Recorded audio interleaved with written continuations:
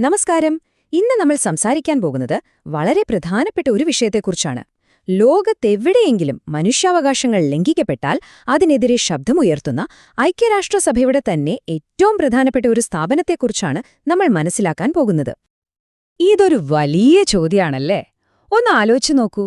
ലോകത്തിന്റെ പല ഭാഗത്തും മനുഷ്യാവകാശങ്ങൾ ലംഘിക്കപ്പെടുമ്പോൾ അതിനെതിരെ സംസാരിക്കാനും ഉത്തരവാദിത്തം ഉറപ്പാക്കാനും ഒരു സംവിധാനം വേണ്ടേ? ആ സംവിധാനത്തെക്കുറിച്ചാണ് നമ്മളിന്ന് ആഴത്തിലറിയാൻ പോകുന്നത്. അപ്പോൾ ആരാണ് ഈ ലോകത്തിന്റെ അവകാശ സംരക്ഷകൻ എന്ന് പറയുന്ന ഈ സംഘടന? നമുക്ക് OHCHR-നെ ഒന്ന് അടുത്തറിയാം. എന്താണിത്, എന്തിനാണിത് സ്ഥാപിച്ചത് എന്നൊക്കെ നോക്കാം. ഇതിനെയാണ് നമ്മൾ ചുരുക്കത്തിൽ OHCHR എന്ന് വിളിക്കുന്നത്. ലോകമെമ്പാടുമുള്ള മനുഷ്യാവകാശ വിഷയങ്ങളിൽ ഐക്യരാഷ്ട്രസഭയുടെ ഔദ്യോഗിക ശബ്ദമാണിത്. ഒരു തരത്തിൽ പറഞ്ഞാൽ ആഗോളതലത്തിലുള്ള ഒരു കാവൽക്കാരൻ. ഇതിന്റെ എല്ലാം തുടക്കം 1993-ലാണ്. ലോകമെമ്പാടുമുള്ള രാജ്യങ്ങൾ ഒത്തുചേർന്ന് ഒരു കാര്യം തീരുമാനിച്ചു. മനുഷ്യാവകാശങ്ങൾ സംരക്ഷിക്കാൻ ഒരു കേന്ദ്രീകൃത സംവിധാനം അത്യാവശ്യമാണ്. ആ ഒരു ആഗോള തീരുമാനത്തിന്റെ ഫലമായാണ് ഈ സ്ഥാപനം നിലവിൽ വന്നത്. ആ തീരുമാനം ഇന്നും ലോകത്തെ എത്രത്തോളം സ്വാധീനിക്കുന്നുണ്ടെന്ന് നോക്കൂ. ശരി, ഇതൊരു വലിയ പേരുള്ള സംഘടനയാണ്. പക്ഷേ യഥാർത്ഥത്തിൽ എന്തൊക്കെയാണ് ഇവർ ചെയ്യുന്നത്? അവരുടെ പ്രവർത്തനങ്ങൾ എത്രത്തോളം വലുതാണെന്ന് നമുക്ക് നോക്കാം. ഇവരുടെ ഏറ്റവും പ്രധാനപ്പെട്ട ജോലികളിലൊന്ന് അന്വേഷണമാണ്. ലോകത്തിന്റെ ഏതെങ്കിലും കോണിൽ മനുഷ്യാവകാശ ലംഘനങ്ങൾ നടക്കുന്നുണ്ടെന്ന് കേട്ടാൽ അവർ അവിടേക്ക് വസ്തുതാന്വേഷണ സംഘങ്ങളെ അയക്കും.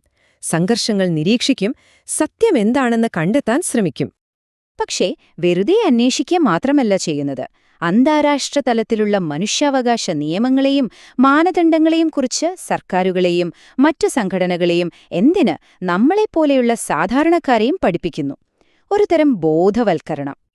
അതുപോലെ തന്നെ മനുഷ്യാവകാശ കൗൺസിൽ പോലുള്ള ഐക്യരാഷ്ട്രസഭയുടെ മറ്റ് സ്ഥാപനങ്ങൾക്ക് ആവശ്യമായ വിദഗ്ധരെയും ജീവനക്കാരെയും നൽകി വലിയൊരു പിന്തുണ നൽകുന്നുണ്ട്. ഒരു തരത്തിൽ പറഞ്ഞാൽ ഈ സ്ഥാപനങ്ങളുടെയൊക്കെ നട്ടെല്ല് പോലെയാണീ സഹായം. പിന്നെ ഏറ്റവും പ്രധാനമായി അവർ ലോകത്തിനു വേണ്ടി വാദിക്കുന്നു. ലിംഗപരമായ അതിക്രമങ്ങൾ മുതൽ അഭയാർത്ഥി പ്രതിസന്ധികൾ വരെയുള്ള വിഷയങ്ങളിൽ ആഗോള ശ്രദ്ധ ക്ഷണിക്കുകയും ആ വിഷയങ്ങളെക്കുറിച്ച് ലോകമെമ്പാടും അവബോധം സൃഷ്ടിക്കുകയും ചെയ്യുന്നു. ഇനി നമുക്ക് ഈ വിശകലനത്തിന്റെ ഏറ്റവും രസകരമായ ഭാഗത്തേക്ക് വരാം. ഇത്രയൊക്കെ കാര്യങ്ങൾ ചെയ്യുമ്പോഴും ഈ സംഘടനയ്ക്ക് യഥാർത്ഥത്തിൽ എത്രത്തോളം സ്വാധീനം ചെലുത്താൻ കഴിയും? അവരുടെ വിജയങ്ങളും അതേസമയം അവർ നേരിടുന്ന കടുത്ത യാഥാർത്ഥ്യങ്ങളും എന്തൊക്കെയാണെന്ന് നോക്കാം. ഇവിടെയാണ് OHCHR-ന്റെ പ്രവർത്തനത്തിന്റെ യഥാർത്ഥ ചിത്രം നമുക്ക് കിട്ടുന്നത്. നോക്കൂ, ഒരു വശത്ത് ക്രൂരതകൾ ലോകത്തിനു മുന്നിൽ തുറന്നുകാട്ടുന്നതുപോലുള്ള വലിയ വിജയങ്ങൾ, മറുവശത്തോ ശക്തമായ രാഷ്ട്രീയ സമ്മർദ്ദവും കാര്യങ്ങൾ നടപ്പിലാക്കാൻ നേരിട്ട് അധികാരമില്ലാത്തതും പോലുള്ള കടുത്ത യാഥാർത്ഥ്യങ്ങൾ. അവരുടെ ചില വിജയങ്ങൾ നോക്കൂ. സിറിയ, മ്യാൻമർ, ഗാസ തുടങ്ങിയ സ്ഥലങ്ങളിലെ സംഘർഷങ്ങളെക്കുറിച്ചുള്ള ഇവരുടെ റിപ്പോർട്ടുകൾ ലോകത്തിന്റെ കണ്ണ് തുറപ്പിച്ചവയാണ്. അതുപോലെ പല രാജ്യങ്ങളിലും സാധാരണക്കാർക്ക് നീതി തേടാൻ സഹായിക്കുന്ന ദേശീയ മനുഷ്യാവകാശ കമ്മീഷനുകൾ സ്ഥാപിക്കാൻ ഇവർ സഹായിച്ചിട്ടുണ്ട്. ഇതൊക്കെ യഥാർത്ഥ ജീവിതങ്ങളിൽ മാറ്റങ്ങൾ കൊണ്ടുവന്ന കാര്യങ്ങളാണ്. പക്ഷേ മറുവശത്ത് വെല്ലുവിളികൾ വളരെ വലുതാണ്. പലപ്പോഴും ശക്തരായ രാജ്യങ്ങൾ അന്വേഷണങ്ങൾ തടയാൻ ശ്രമിക്കും. അവർക്ക് ശുപാർശകൾ നൽകാനേ കഴിയൂ, നിയമം നടപ്പാക്കാൻ കഴിയില്ല. പിന്നെ ഫണ്ടിങ്ങിന്റെ കുറവ് കാരണം പലപ്പോഴും പ്രവർത്തനങ്ങൾ പരിമിതപ്പെടുത്തേണ്ടി വരുന്നു. ശരി, ഇനി നമുക്ക് ഇന്നത്തെ കാലത്തേക്ക് വരാം. മാറിക്കൊണ്ടിരിക്കുന്ന ഈ ലോകത്ത് OHCHR-ന്റെ പോരാട്ടങ്ങൾ എന്തൊക്കെയാണ്? അവരുടെ ശ്രദ്ധ ഇപ്പോൾ എവിടെയാണ് കേന്ദ്രീകരിച്ചിരിക്കുന്നത്? ഈയൊരു സംഖ്യ നോക്കൂ, 90-ലധികം. ലോകമെമ്പാടുമുള്ള 90-ലധികം രാജ്യങ്ങളിൽ ഈ സംഘടനയ്ക്ക് നേരിട്ട് ഓഫീസുകളോ പ്രതിനിധികളോ ഉണ്ട്. ഇതിന്റെ അർത്ഥമെന്താണെന്നോ? അവർ ജനീവയിലെ ഹെഡ് ഓഫീസിൽ ഇരുന്നുകൊണ്ട് വെറുതെ റിപ്പോർട്ടുകൾ തയ്യാറാക്കുകയല്ല, മറിച്ച് പ്രാദേശികമായി പ്രവർത്തിക്കുകയും പ്രശ്നങ്ങൾ നേരിട്ട് മനസ്സിലാക്കുകയും ചെയ്യുന്നു എന്നാണ്.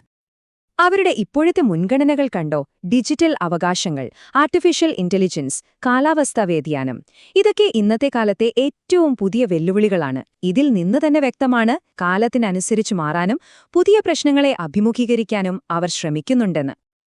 നമ്മുടെ ഈ വിശകലനം ഉപസംഹരിക്കുമ്പോൾ ഒരു ചോദ്യം ബാക്കിയുണ്ട്. ഇത്രയധികം പരിമിതികൾക്കിടയിലും എന്തുകൊണ്ടാണ് OHCR ഒരു ഒഴിവാക്കാനാവാത്ത സ്ഥാപനമായി തുടരുന്നത്? ഇവിടെയാണ് ഈ സംഘടനയുടെ യഥാർത്ഥ പ്രസക്തി. അതെ, ഒരുപാട് കുറവുകളുണ്ട്, പരിമിതികളുണ്ട്.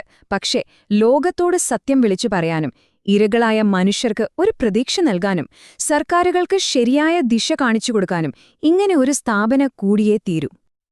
ഈ ഒരു വാചകം ഈ സംഘടനയുടെ ആത്യന്തിക ലക്ഷ്യത്തെ എത്ര മനോഹരമായാണ് സംഗ്രഹിക്കുന്നതല്ലേ? മനുഷ്യന്റെ അന്തസ്സിനും നീതിക്കും വേണ്ടിയുള്ള ഒരു ശക്തമായ ശബ്ദം. അവസാനമായി ഈ ഒരു ചോദ്യം ഞാൻ നിങ്ങൾക്ക് മുന്നിൽ വയ്ക്കുകയാണ്. അനുദിനം മാറിക്കൊണ്ടിരിക്കുന്ന ഈ ലോകത്ത് മനുഷ്യാവകാശങ്ങൾ സംരക്ഷിക്കാൻ ഈ ലോകത്തിന്റെ ധാർമ്മിക ദിശാസൂചി എങ്ങനെയാണ് മാറേണ്ടത്? അതിൽ എനിക്കും നിങ്ങൾക്കും ഓരോരുത്തർക്കും എന്തു പങ്കാണുള്ളത്? ഒന്ന് ചിന്തിച്ചു നോക്കൂ.